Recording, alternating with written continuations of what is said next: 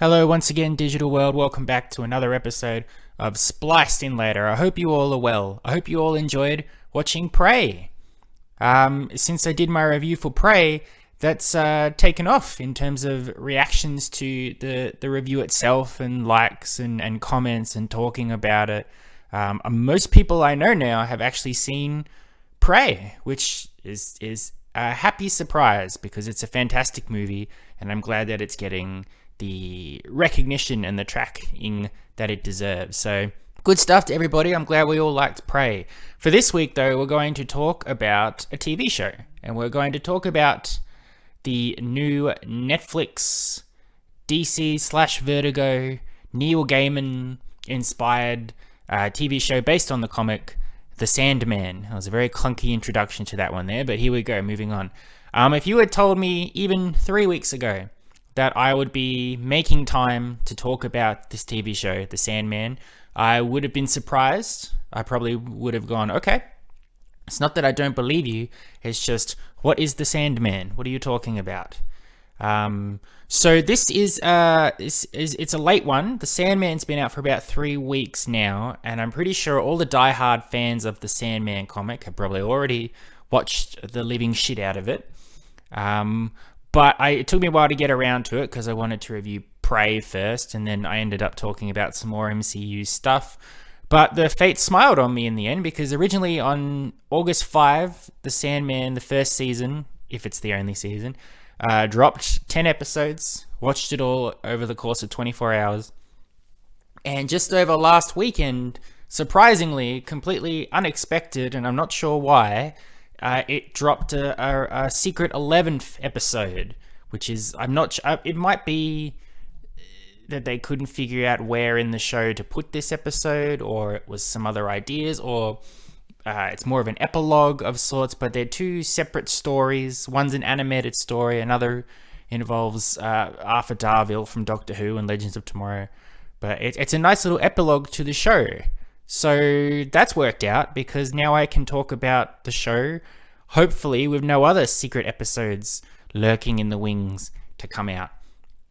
So let's get right into it. The Sandman. I first heard about it when somebody asked me what I thought about Jenna Coleman of Doctor Who fame. She played Clara Oswald on there.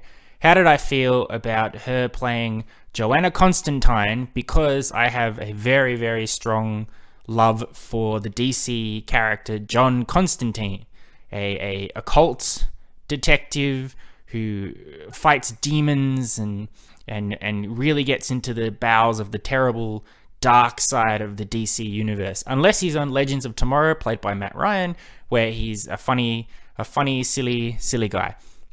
And I went, I don't really care. I'm not a huge person who believes that comics should accurately be exactly the same when they're adapted to screen.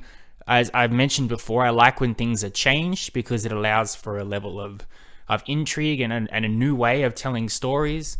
All those people that get mad if a character is changed ethnicity or sex or anything like that, I have no time for. I don't really care.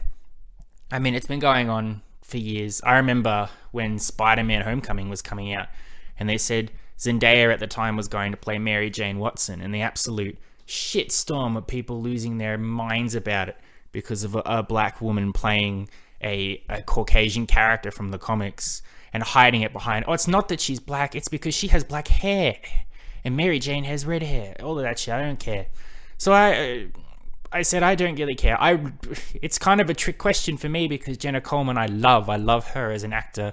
I loved her on Doctor Who.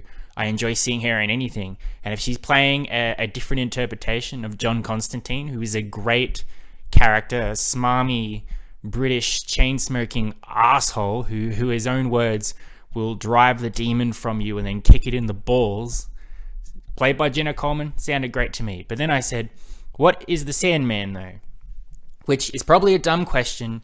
I said before though, my love for comics and superheroes in movies and TV shows is because of movies and TV shows. If a famous comic book character appears in something I watch, it's only after that point that I then look into that sort of stuff. I knew nothing about the Guardians of the Galaxy. I knew nothing about the Eternals. A lot of the Suicide Squad characters I know nothing about. Anybody that shows up on the CW shows like Flash or Arrow, unless they're very, very well known. In which case, for DC, like the Justice League, Batman, Superman, Wonder Woman, you'd have to be living under a rock to not know those characters. But aside from that, I'd like Constantine because I fell in love with Matt Ryan's portrayal when he was in his own TV show, and then he got pulled over into the Arrowverse, and from that, I spilled into watching the Keanu Reeves Constantine movie, and then all the animated stuff with Matt Ryan as well. I started reading some of the Justice League Dark comics to get more of an idea of this guy, and learnt more about the circumstances that allowed Constantine to be a part of the DC world. And originally, I believe he was from Vertigo Comics, which is where the Sandman from Neil Gaiman originally came from, and he's crossed over with more of that dark side of stuff. And looking into that is when I learned that another show I like called Lucifer, where Tom Ellis plays a character called Lucifer Morningstar. He's the devil, but he's run away from hell to hang out in Los Angeles and solve crimes with a human detective. That's when I learned, so that Lucifer is a DC Comics Vertigo Neil Gaiman world character who has often hung out with Constantine and this aforementioned Sandman. Very different, obviously. The adaptation for Lucifer is more of a friendlier police procedural savvy type story. It takes a lot of the bare essence of Lucifer and adapts it to the theme and vibe of the show, which is fun. But from there, down the barrel, I go, all right, cool. I look back, I look at things like Smallville and Stargirl, and I can see references to a superhero called Sandman, who was part of the Justice Society of America. So he's been there, he's been in my peripheral vision. But I had absolutely no idea that they were making a TV show based on his comic book line by acclaimed comic book artist, a writer, Neil Gaiman. I do love Neil Gaiman's stuff, having never read any of it, if that makes sense. I recognize he is incredibly talented, and when he has written for movies and TVs, I've certainly taken note of it. He's written some very excellent Doctor Who stories, and I really loved Good Omens, which was another adaptation of a Neil Gaiman graphic novel about an angel and a demon who become best friends and work together to try and stop the apocalypse from destroying the world, and the birth of the Antichrist, starring Michael Sheen and David Tennant. Is it Michael Sheen? Yes, it is. That was great stuff. So it's all clicking, it's all coming together. I'm like, okay, this sounds interesting. Should I watch the trailer? No. I decided that I knew absolutely nothing about it to about 4 days from it coming out. So I'm just going to let those 4 days pass.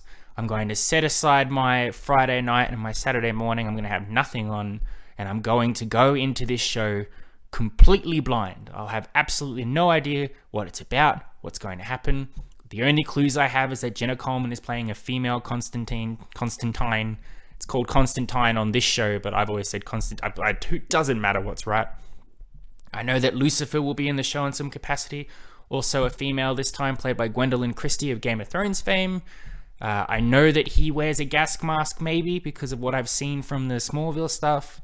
But I have no idea what the stories are about. I have no idea what the vibe, what the feel is. Let's just get into that. And maybe I'll like it, and maybe I won't, but at least I'll have something new to watch.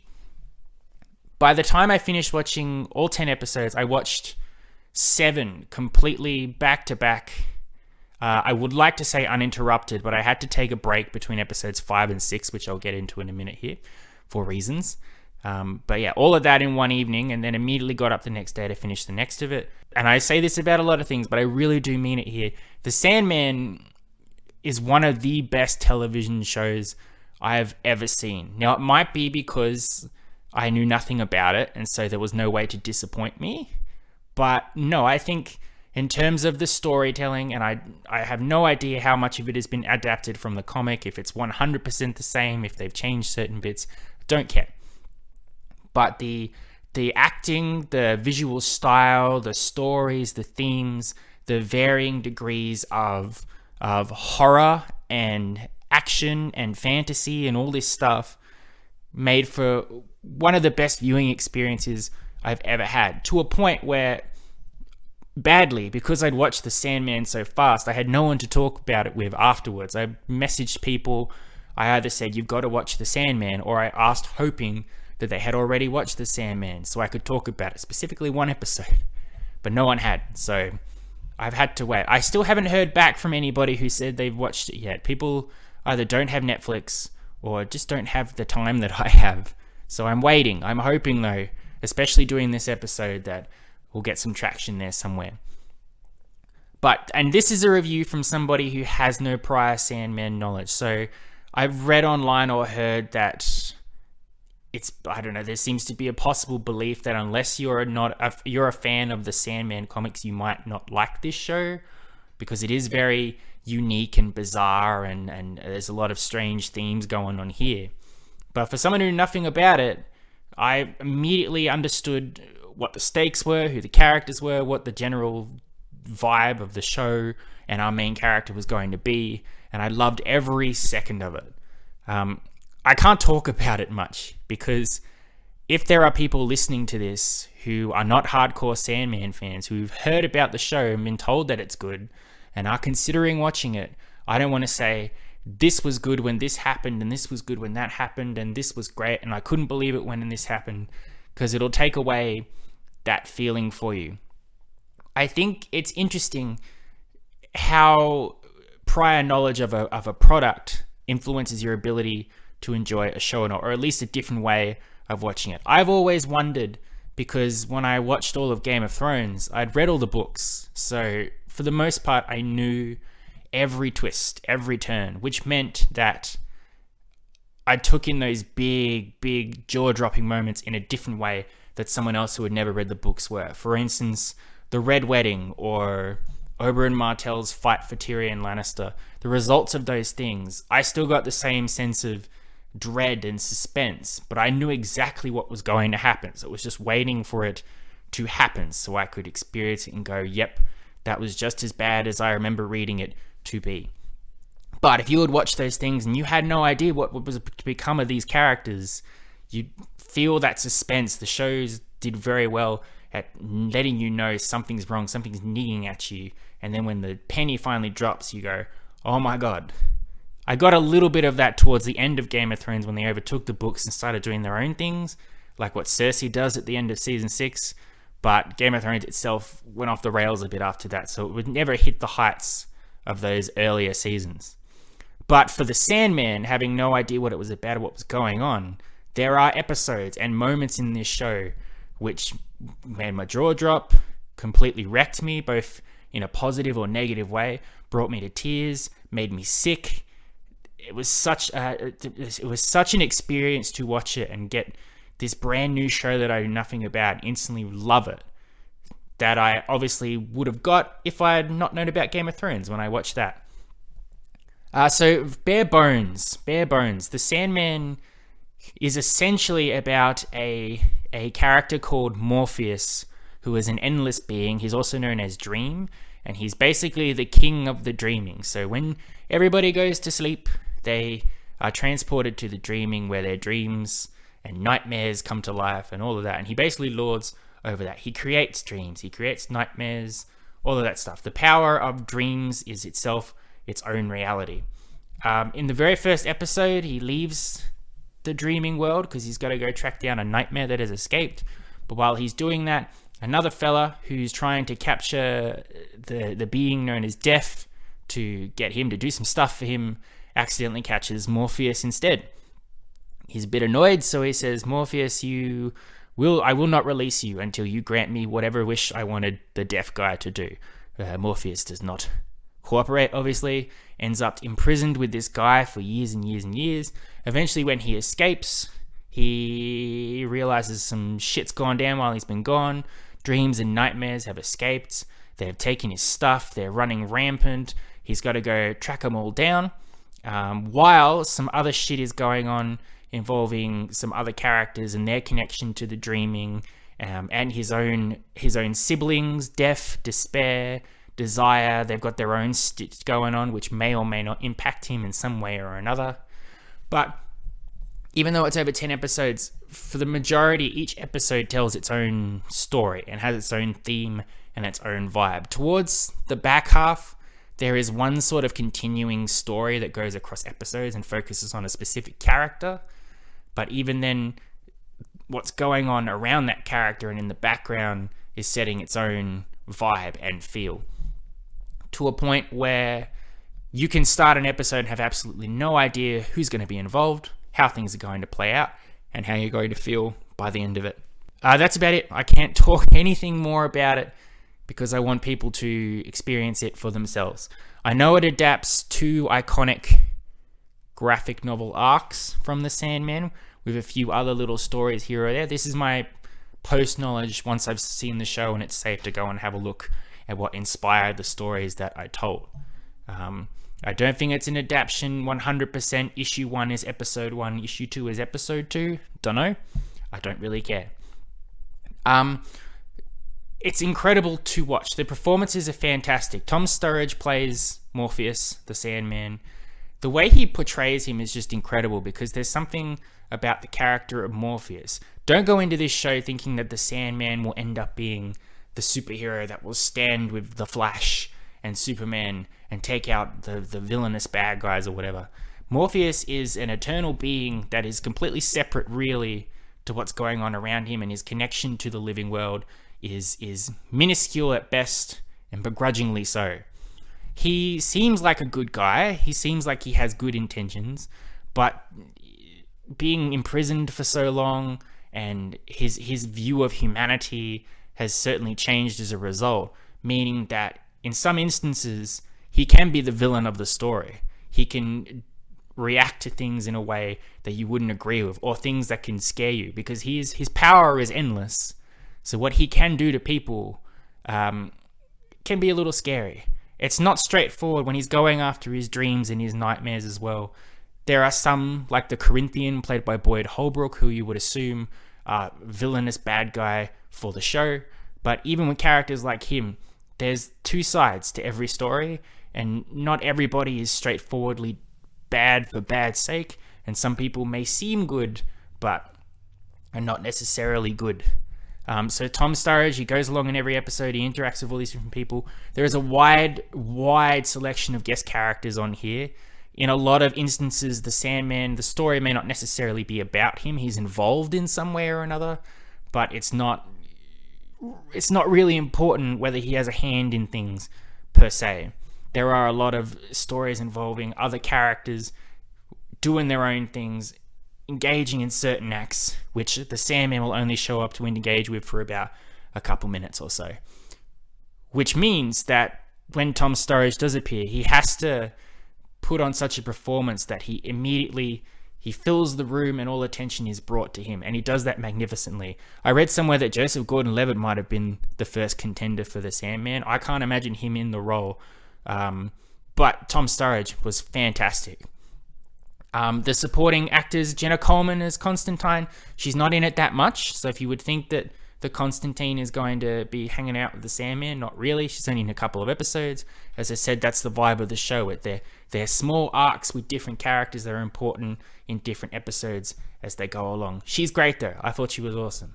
I particularly liked Gwendolyn Christie's Lucifer as well. This is a very different Lucifer to the Lucifer you've seen on the Lucifer TV show. This is a bad Lucifer for sure. But I really enjoyed that performance as well. There was great stuff from Boyd Holbrook as the Corinthian, from Morpheus's librarian, Lucien. Patton Oswalt voices a crow in here. David Thewlis is very upsetting as a character called John. Stephen Fry shows up in here as well. There's quite a few vocal cameos as well. There's a lot of big names that just pop up in here, even just to say one line or two, which is pretty great. They all give incredible performances. They all complement but don't steal the show from Morpheus. And each story, there was no story in here that I felt was weaker, or I wouldn't say weaker. There's definitely stories that are stronger, but there was nothing in here that I felt bored watching. Everything seemed important or relevant to whatever was going on with the story at that point. The look is incredible. I read somewhere that people were having trouble with the aspect ratio. I didn't notice it until someone pointed it out to me, and then I can sort of see what the problem is. If you watch it and you think something's up, the aspect ratio has been stretched, so everybody appears very long and lanky, and maybe that might trouble you if you notice that and you can't see past it. But I personally think it's great because it lends itself to the uniqueness of the show. It has a very special vibe, its own unique feeling. The fact that the walls between the living world and the dreaming are breaking down because of what's going on in the show means everything's bleeding in on each other. So there's always a sense of surreal to the show, something not quite real, which really lends itself to how that show, how it looks and feels. So I think it's fine. I had no problem with it for sure. Okay, so this is the bit I wanted to talk about, is the episodic stories. There's an overarching plot in the first 5 episodes. We get a nice break in episode 6 and an overarching point in episode 7. But as I said, each episode focuses on a specific thing that has to be done in that episode. And as a result, the vibe and feel of the story changes dramatically to a point where you could be watching a comedy, a bottle episode, a horror show, a romance comedy, a adventure story, all sorts of stuff like that, which keeps the show fresh. Meaning, though, that some episodes will stick with you more than others. Specifically, I want to get to the point. Episode 5 of The Sandman of this season is called 24/7, and it may be one of the greatest hours of television I've ever experienced. And it's hard, I can't talk about it much because I don't want to spoil it for anyone who doesn't know. I looked up its source material. It's based on a Neil Gaiman Sandman story called 24 Hour Diner, which apparently is the scariest comic book story ever, apparently. I didn't know that when I started watching it. The episode opens with just David Thewlis going to a diner, and then he sits down and he just watches these diner patrons basically just lose their minds and unravel. As I said, this is like if you'd watched The Red Wedding and you didn't know what The Red Wedding was going to happen. I didn't know anything about 24 Hour Diner or anything like that. I knew something was going to happen. I knew something was off. The way people were engaging with each other, the way the lighting was subtly changing, the claustrophobic nature of the story, how people were unraveling, how they were talking to each other. And David Thewlis was being so incredibly creepy in this episode. But things just kept getting worse and worse, and I just kept feeling so uncomfortable, and I wanted to leave, but I couldn't move from my seat, to a point when the episode finally ended and the credits started rolling. I went, oh my god, I don't know how to react to what I've just seen. I guess I better put on episode 6. But episode 6 started, and I had to pause. After about 4 minutes, I paused, because I went, my head is not in the good enough headspace to appreciate this episode, because I'm still back in 24 Hour Diner 24/7. So I had to step away. I had to go away. I had to throw some water on my face, had to decompress what I had just experienced it. I know that's vague. I know people are going, what did you experience? Well, you'll just have to watch the episode to find out. But this highlights what I've said many times when I talk about horror, and how I've said that horror is not my favorite genre. I don't enjoy watching horror films, but because of what horror has become. It's become loud noises and jump scares and stupid shit like that. Horror films like The Shining, Halloween, The Thing, I appreciate those a lot, because I like that type of horror. Something that makes you uncomfortable, uneasy, something that scares you on an emotional level, something that disturbs you. 24/7, episode 5 of The Sandman encompasses everything I've ever said completely, and I don't know if I can ever watch it again, because I'll never have that experience of watching it the first time. But boy, oh boy, it's been 3 weeks later, I'm still thinking about it. It's insane. Aside from that one, a couple other episodes I really liked was episode 3 with Joanna Constantine, the episode where Morpheus confronts Lucifer in hell. And there's a delightful... The episode after 24/7 is actually really good once you're in the headspace for it, because it's a nice little... It's a hangout episode. After the trauma of the last one, it really goes, okay, people need a break. People need to feel calm and relaxed. So it's split into 2 stories. One is Morpheus and his sister Death going about...